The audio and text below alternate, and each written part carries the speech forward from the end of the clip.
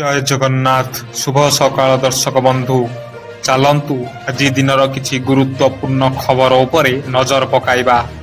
ତା ପୂର୍ବରୁ ଆମ ଚ୍ୟାନେଲକୁ ନୂଆ ଆସିଥିଲେ ଚ୍ୟାନେଲକୁ ସବସ୍କ୍ରାଇବ୍ କରି ପାଖରେ ଥିବା ବେଲ୍ ଆଇକନକୁ କ୍ଲିକ୍ କରି ନିଅନ୍ତୁ। ପ୍ରଥମ ଖବର, ଖରା ପାଇଁ ସରକାରଙ୍କ ବଡ଼ କଟକଣା। ଖରା ବଢ଼ୁଥିବାରୁ ଏପ୍ରିଲ ମାସରେ ଗ୍ରୀଷ୍ମ ଋତୁରେ ସମ୍ଭାବ୍ୟ ଅଂଶୁଘାତ ଆଶଙ୍କାକୁ ଏଡ଼ାଇ ଦିଆଯାଇ ପାରିବ ନାହିଁ। ତେଣୁ ପ୍ରଚଣ୍ଡ ଖରାରେ ଶ୍ରମିକମାନଙ୍କୁ କାମ କରାଇବା ଉପରେ ରାଜ୍ୟ ସରକାର କଟକଣା ଜାରି କରିଛନ୍ତି। ଏପ୍ରିଲ 1 ତାରିଖରୁ ଜୁନ ମାସ 15 ତାରିଖ ପର୍ଯ୍ୟନ୍ତ ଏହି କଟକଣା ଲାଗୁ ହେବ। ଦିନ 11ଟାରୁ ଅପରାହ୍ନ 3ଟା ପର୍ଯ୍ୟନ୍ତ କାମ କରିବେ ନାହିଁ ଶ୍ରମିକ। ପରବର୍ତ୍ତୀ ଖବର, ଯୁଦ୍ଧକୁ ନେଇ ଟ୍ରମ୍ପଙ୍କ ବଡ଼ ଘୋଷଣା, 11% ଖସିଲା ଅଶୋଧିତ ତୈଳ ଦର। ରାଷ୍ଟ୍ରପତି ଟ୍ରମ୍ପ ଏକ ପୋଷ୍ଟରେ କହିଛନ୍ତି ଯେ ଇରାନ ସହିତ ଆଲୋଚନା ଚାଲିଛି ଏବଂ ସେଠାକାର ବିଦ୍ୟୁତ୍ କେନ୍ଦ୍ରଗୁଡ଼ିକ ଉପରେ ବର୍ତ୍ତମାନ ପାଇଁ ଆକ୍ରମଣ କରାଯିବ ନାହିଁ। ସେ କହିଛନ୍ତି ଯେ ଗତ 2 ଦିନ ଧରି ଆଲୋଚନା ଚାଲିଛି ଏବଂ ଆଗାମୀ କିଛି ଦିନ ପାଇଁ ଜାରି ରହିବ। ଟ୍ରମ୍ପଙ୍କ ଘୋଷଣା ପରେ ଅଶୋଧିତ ତୈଳ ମୂଲ୍ୟ ପ୍ରାୟ 11% ହ୍ରାସ ପାଇଛି, ଯାହା ବିଶ୍ୱ ବଜାରକୁ କିଛି ଆଶ୍ୱସ୍ତି ପ୍ରଦାନ କରିଛି। ପରବର୍ତ୍ତୀ ଖବର, ପୁରୀ ମାଟି ତଳେ ଐତିହ୍ୟ ନଗରୀ। ଶ୍ରୀମନ୍ଦିର ଚୌହଦି ମାଟି ତଳେ ଗଙ୍ଗବଂଶର ଗାରିମା। ମାଟି ତଳେ ଭର୍ତ୍ତି ହୋଇ ରହିଛି କୀର୍ତ୍ତିରାଜି। ଜିପିଆର ସର୍ଭେରୁ ଆସିଛି ଏଭଳି ଚାଞ୍ଚଲ୍ୟକର ତଥ୍ୟ। ଶ୍ରୀମନ୍ଦିର ଠାରୁ ସମୁଦ୍ର ପର୍ଯ୍ୟନ୍ତ ଲମ୍ବି ରହିଛି ସୁଡ଼ଙ୍ଗ।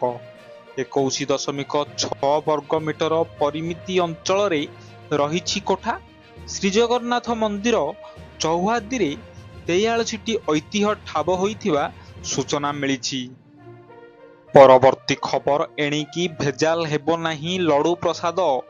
ତିରୁପତି ଲଡୁ ପ୍ରସାଦରେ ହେଉଥିବା ଭେଜାଲକୁ ରୋକିବା ପାଇଁ ସଦ୍ୟ ଏକ ଅତ୍ୟାଧୁନିକ ପ୍ରୟୋଗଶାଳା ନିର୍ମାଣ କରାଯାଉଛି, ଯାହାକୁ ମୁଖ୍ୟମନ୍ତ୍ରୀ ଚନ୍ଦ୍ରବାବୁ ନାଇଡୁ ଶନିବାର ମାର୍ଚ୍ଚ 21 ତାରିଖରେ ଉଦ୍ଘାଟନ କରିଛନ୍ତି। ଏନେଇ କୁହାଯାଇଛି ଯେ ଲଡୁ ପ୍ରସାଦର ଗୁଣବତ୍ତା ଯାଞ୍ଚ କରିବା ପାଇଁ ଏହାକୁ ପ୍ରତିଷ୍ଠା କରାଯାଇଛି। ପ୍ରସାଦର ପବିତ୍ରତା ବଜାୟ ରଖିବା ପାଇଁ ଏହା ଏକ ଗୁରୁତ୍ୱପୂର୍ଣ୍ଣ ପଦକ୍ଷେପ ବୋଲି ମୁଖ୍ୟମନ୍ତ୍ରୀ ଚନ୍ଦ୍ରବାବୁ ନାଇଡୁ ଉଦ୍ଘାଟନ କରିବା ଅବସରରେ କହିଛନ୍ତି। ପରବର୍ତ୍ତୀ ଖବର, ଯୁଦ୍ଧ ବନ୍ଦ କଲେ ଟ୍ରମ୍ପ। ଆମେରିକା ରାଷ୍ଟ୍ରପତି ଡୋନାଲ୍ଡ ଟ୍ରମ୍ପ ଘୋଷଣା କରିଛନ୍ତି ଯେ ସେ ଆଗାମୀ 5 ଦିନ ପାଇଁ ଇରାନର ଏନର୍ଜି ଭିତ୍ତିଭୂମି ଉପରେ ଆକ୍ରମଣ ଯୋଜନାକୁ ସ୍ଥଗିତ ରଖିଛନ୍ତି। ଶନିବାର ଦିନ ନିଜେ ଟ୍ରମ୍ପ ଘୋଷଣା କରିଥିଲେ ଯେ ଯଦି ଇରାନ 48 ଘଣ୍ଟା ମଧ୍ୟରେ ହୁର୍ମୁଜ ପ୍ରଣାଳୀକୁ ପୁନର୍ବାର ଖୋଲି ନ ଦିଏ, ତେବେ ଆମେରିକା ଏହାର ଶକ୍ତି ପ୍ରତିଷ୍ଠାନ ଉପରେ ଆକ୍ରମଣ କରିବ।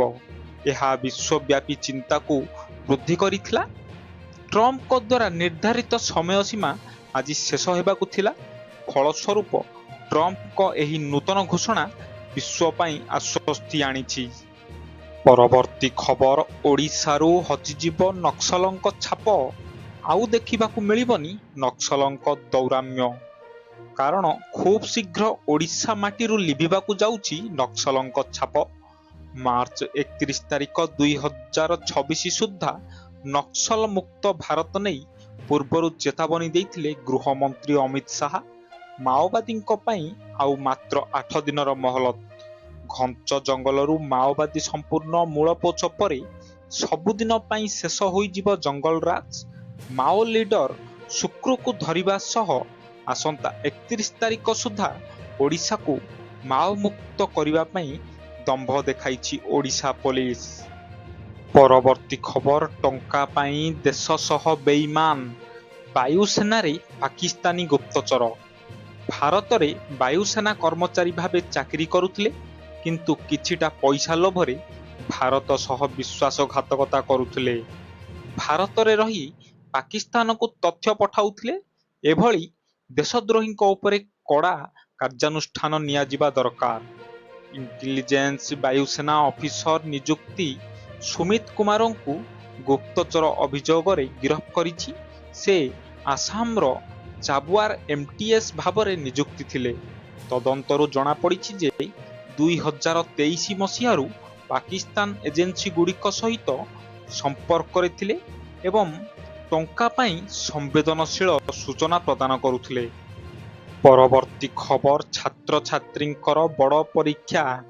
ଛାତ୍ରଛାତ୍ରୀଙ୍କ ମନରେ ଭୟ ଆରମ୍ଭ ହେଲା। ବିଜ୍ଞପ୍ତି ପ୍ରକାଶ କଲା ବିଏସ୍ଇ। ମେ 29 ତାରିଖରେ ଓଟିଇଟି 2026 ପରୀକ୍ଷା। ଏନେଇ ସୋମବାର ମାଧ୍ୟମିକ ଶିକ୍ଷା ବୋର୍ଡ ବିଏସ୍ଇ ଓଡ଼ିଶା ପକ୍ଷରୁ ପ୍ରବେଶିକା ପରୀକ୍ଷାର କାର୍ଯ୍ୟସୂଚୀ ଘୋଷଣା କରାଯାଇଛି। ମେ 29ରେ ଅନୁଷ୍ଠିତ ହେବ ଓଡ଼ିଶା ଶିକ୍ଷକ ଯୋଗ୍ୟତା ଓଟିଇଟି।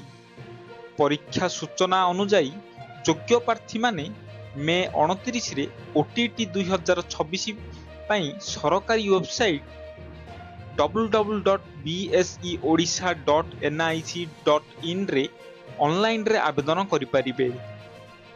ପରବର୍ତ୍ତୀ ଖବର ବଢ଼ିବ ଲୋକସଭା ସିଟ୍, ମହିଳାଙ୍କୁ ମିଳିବ ରିଜର୍ଭେସନ। ସରକାର ଲୋକସଭା ଏବଂ ବିଧାନସଭାରେ ମହିଳାଙ୍କ ପାଇଁ 33% ସିଟ୍ ସଂରକ୍ଷଣ ଲାଗି ନାରୀ ଶକ୍ତି ବନ୍ଧନ ଆଇନ ପ୍ରଣୟନ କରିଥିଲେ। ମହିଳାମାନଙ୍କ ପାଇଁ ସଂରକ୍ଷଣ ପ୍ରଦାନ କରିବା ଲାଗି ସରକାର ଏବେ ସଂସଦରେ ଏକ ସଂଶୋଧନ ବିଲ୍ ଆଗତ କରିବେ।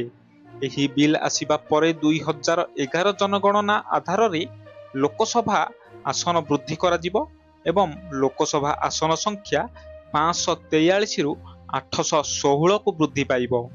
816 ସଦସ୍ୟ ବିଶିଷ୍ଟ ଲୋକସଭା ମଧ୍ୟରୁ 273 ଆସନ ମହିଳାଙ୍କ ପାଇଁ ସଂରକ୍ଷିତ ରହିବ।